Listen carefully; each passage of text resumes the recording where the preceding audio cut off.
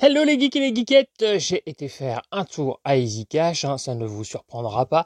Ça faisait un petit moment que je me demandais s'ils allaient enfin remettre des Blu-ray dans l'offre à 1 € et ça y est. Alors j'appelle ça l'offre à 1 €, mais en fait c'est une offre, vous achetez un Blu-ray, il y en a deux offerts. Et donc j'en profite toujours pour prendre les Blu-ray qui sont maximum à 2,99 €, comme ça me revient à 1 € le Blu-ray. Voilà le petit bidouillage qui se passe dans ma tête. Donc quand c'est comme ça, à 1 € le Blu-ray, j'ai tendance à prendre un peu tout, sauf si c'est vraiment de la très grosse daubasse.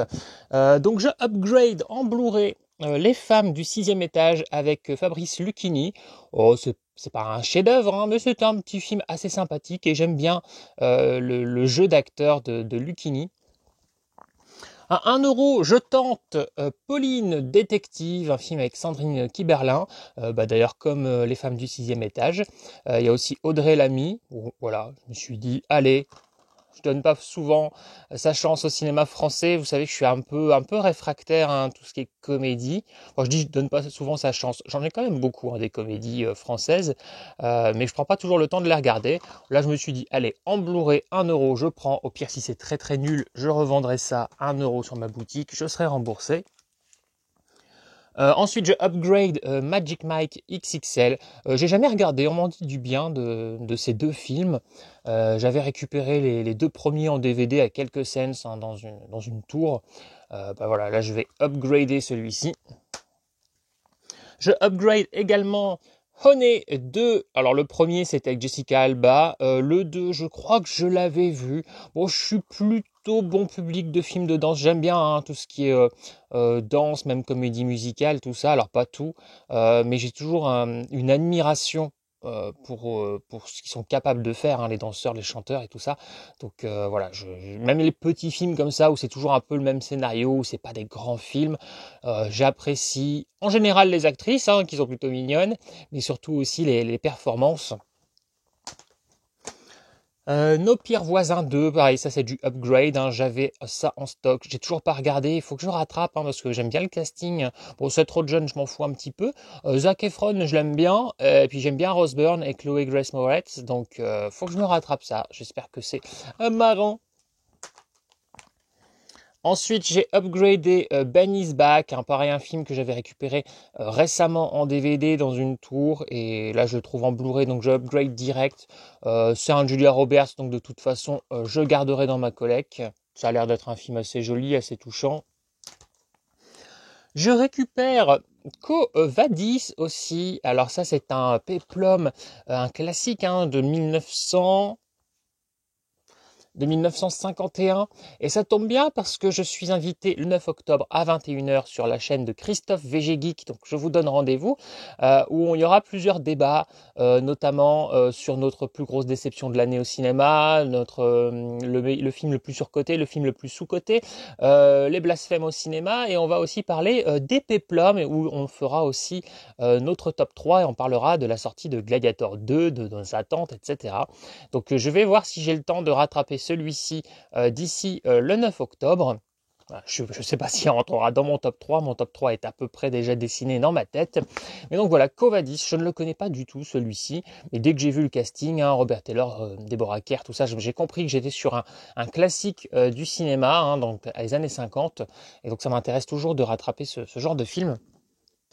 Ensuite, je upgrade également Triple X The Next Level. En fait, je les avais tous en Blu-ray, sauf celui-ci. Donc voilà, maintenant c'est fait. J'ai toute la saga en Blu-ray. Pas une très très grande saga, mais c'est sympathique. Le premier était plutôt sympa, puis il y avait Asia Argento. Le deuxième, je l'avais par maniaquerie parce que voilà, je collectionne, je fais le complétiste. Le 3, voyez le retour de Vin Diesel, et en plus il y avait Nina Dobrev, donc voilà, et Ruby Rose. Et puis celui-ci prenait du sens avec le troisième volet. C'est un peu comme pour Fast and Furious, il y a eu des épisodes avec des nouveaux acteurs, et on ne voyait pas forcément les anciens, et après ils ont tout raccordé, là c'est un petit peu pareil. Du coup ça donne une saga un peu homogène et plutôt sympathique malgré tout. Très popcorn. Je upgrade également L'île de Nîmes, petit film sympathique avec Abigail Breslin, Gerard Butler et surtout la grande Jodie Foster. grande par le talent. C'est une actrice qui me vend un film, peu importe ce qu'elle fait. Jodie Foster, j'achète. Je upgrade aussi, je crois. Oui, si je upgrade, j'avais en DVD, je l'ai récupéré récemment. Donc Seul contre tous avec Will Smith. Toujours pas à regarder non plus. Je ne sais pas de quoi ça parle, mais bon voilà, c'est Will Smith, hein, donc j'ai confiance. Le prochain, on va rigoler. Je l'avais déjà, mais pas en extending cut. En tout cas, je ne crois pas. Je vérifierai. Au pire, je le revendrai, mais je crois que je n'ai pas l'extending cut de Green Lantern. En plus, la jaquette est plutôt sympa. Alors très kitsch, hein, ça va bien avec le ton du film. Voilà. Bon, Green Lantern, c'est un film qui s'est pris des sauts de merde pendant des années avant que je me décide à le regarder. Et en fait, les gens ont tellement tapé dessus que je m'attendais vraiment à la pire des sombres bouses. En fait, j'ai trouvé que c'était un film regardable. J'ai pas compris, il est pas pire qu'un autre. Alors oui, les effets, oui, ceci, ce... Ouais, enfin, ça m'a pas choqué. J'aurais pas su que le film s'était pris des sauts de merde comme ça. Je l'aurais regardé en me disant, ouais, ni bien ni mauvais, ça se regarde, quoi. Donc voilà, je n'ai pas un avis tranché sur Green Lantern. Après, je compare pas aux comics, je ne l'ai jamais lu. Je regarde s'il y a une VF, parce que, ou au moins des sous-titres. J'ai été un peu vite pour l'acheter parce que j'étais pressé par le temps. Oui, ça va, il y a une VF ou une VOST. Bon, je pense pas que je vais le regarder tout de suite. C'est pas mon film prioritaire non plus. Pareil, je upgrade parce que je l'avais encore en DVD. X-Men, l'affrontement final, j'avais un joli steelbook et là voilà, je trouve le Blu-ray qui ira dans le steelbook parce que le steelbook DVD est beaucoup plus beau qu'un simple boîtier amarré Blu-ray. J'avais adoré les deux premiers. Le 3 est pas si mal, hein, mais on sent qu'il est un peu en dessous. Et il y a une scène que je déteste, c'est la scène de flashback où on voit Charles marcher parce que je trouve que ça fout le bordel dans la timeline. Il y a quelque chose qui cloche. Bon, il pouvait pas forcément le préméditer, hein, Brett Ratner, mais quand on regarde toute la saga, je trouve que c'est la scène qui cloche. Ensuite, celui-ci, je ne l'avais pas. Je tente Contrebande. Je vois Mark Wahlberg, Ben Foster, Giovanni Ribisi. On n'a que des bons acteurs. Et puis alors, je vais me décider hein, quand je vois Kate Beckinsale au casting. En blonde, tiens, en plus. Ça va changer. Ensuite, je ne l'ai pas dans ma collection. Takers, je prends Takers parce que je vois Matt Dillon, bon acteur, Paul Walker, bon acteur, Idris Elba, bon acteur. Je vois Hayden Christensen, Anakin Skywalker, qui est un acteur que moi j'ai personnellement jamais détesté. Donc voilà, c'est un petit casting sympa. On verra bien de quoi ça parle. Pareil, je ne l'avais pas dans la collection. Fool's Gold, je vois Matthew McConaughey, Kate Hudson, je me dis pourquoi pas. J'aime bien Matthew McConaughey. Kate Hudson, j'ai eu un petit peu de mal à ses tout débuts. Je comprenais pas trop pourquoi on avait choisi cette fille dans certaines comédies romantiques. Je la trouvais un petit peu fadasse, hein, je vous avoue, physiquement. Et en fait, plus elle prend de l'âge, plus je la trouve jolie. Donc voilà, et plus je l'ai vue dans des rôles un peu plus intéressants. Donc là, je me dis, tiens, en duo avec Matthew McConaughey, pourquoi pas, une comédie peut-être d'action, peut-être quelque chose un peu dans l'esprit de Sahara, quelque chose comme ça. Je sais pas, hein, je dis ça au feeling hein, quand je vois le duo, les explosions, le côté un peu aventure, parce que je lis pas les pitchs, hein, je préfère découvrir les films de cette manière que je les savoure beaucoup plus. Ensuite, je upgrade un film. Non, je upgrade pas. Je croyais que j'avais en DVD, mais je ne l'ai pas en DVD. Un film que j'ai vu en projection ciné sous les étoiles chez moi, parce que tous les ans, on a des projections ciné au mois d'août. Et j'avais découvert Demain, tout commence, un joli film avec Omar Sy, où Omar Sy est un cascadeur et où il a la garde de son enfant. Il se retrouve avec une fille sur les bras et j'ai trouvé que c'était un joli petit film. Celui-là, je vais avoir tendance à vous le conseiller. J'en garde un très bon souvenir. J'avais passé un très bon moment devant ce film. Là, je upgrade, même si je n'ai pas retrouvé mon DVD, je sais pas où je l'ai foutu. Je upgrade Tout le monde debout, petite comédie romantique. Bon, Franck Dubosc, je garde un quota de sympathie pour lui, bien qu'il fasse toujours la même chose. Alexandra Lamy, j'aime plutôt bien, Gérard Darmon aussi. Donc c'est réalisé par Franck Dubosc.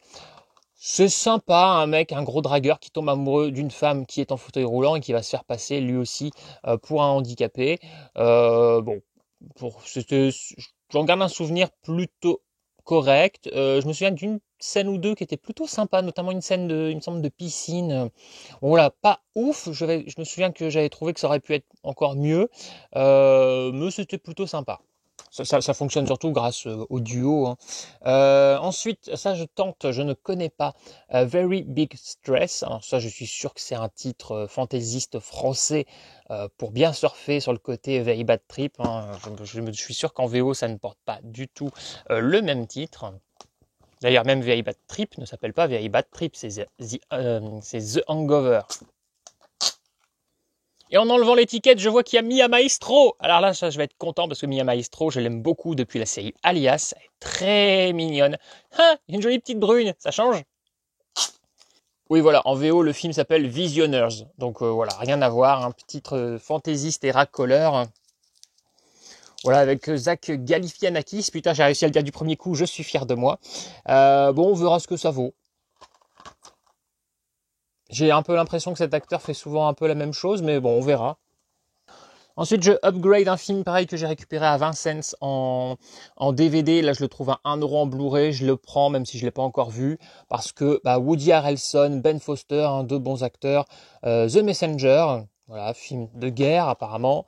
Donc, on verra ce que ça vaut par les producteurs d'Il faut sauver le soldat Ryan. Mais on sait que producteur, ça ne veut rien dire. Et je crois reconnaître sous cette étiquette Steve Buscemi, acteur que j'aime énormément aussi, qui a une sacrée gueule, hein.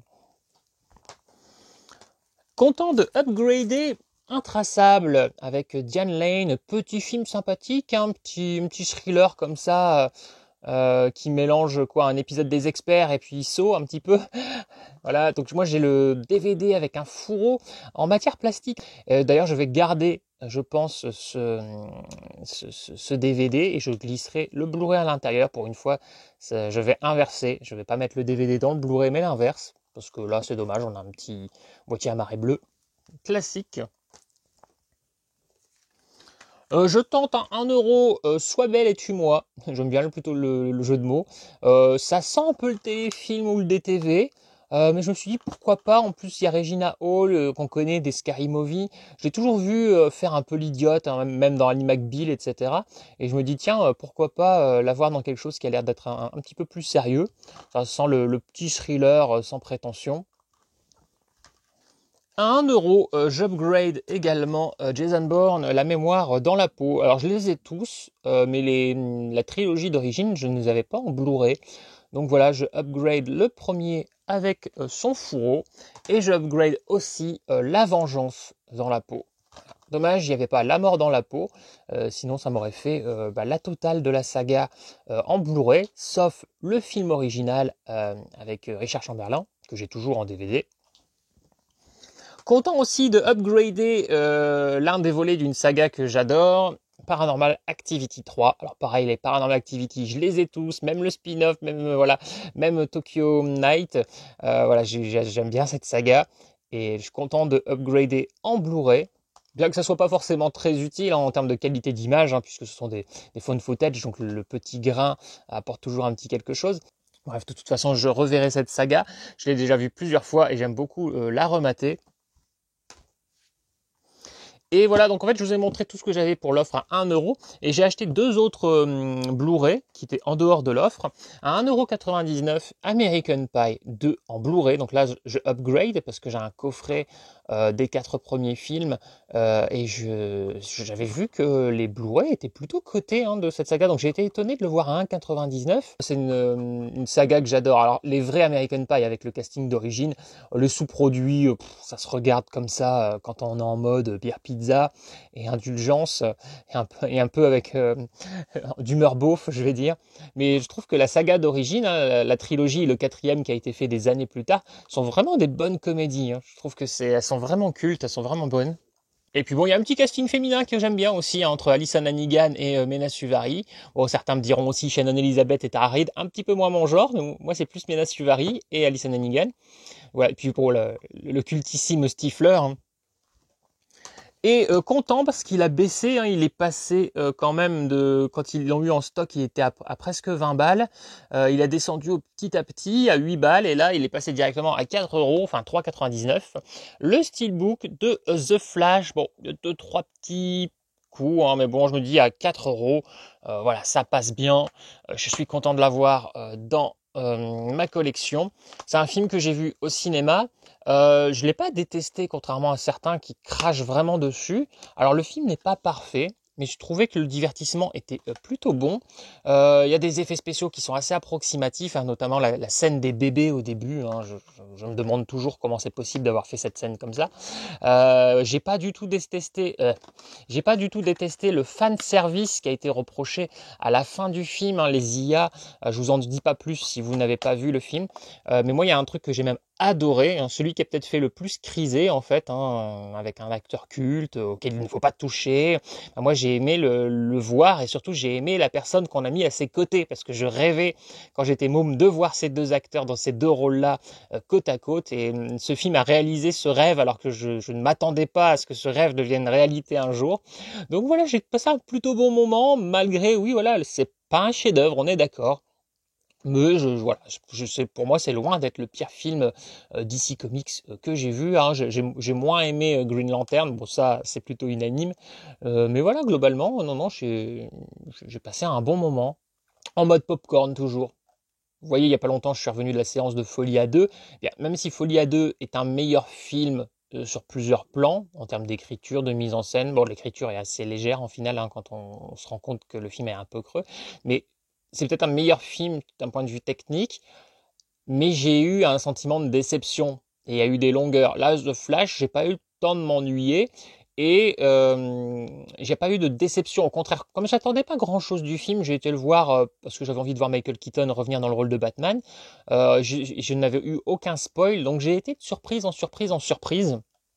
Ce qui n'a pas été le cas sur Folie à 2, ça a plutôt été l'inverse, hein. J'ai été de déception en déception en déception. Comme je sens que je n'ai plus rien à dire, je vais vous laisser, et comme d'habitude, je n'ai pas de phrase de conclusion. Tiens, j'ai bien envie de me faire une bonne tarte aux pommes tiède.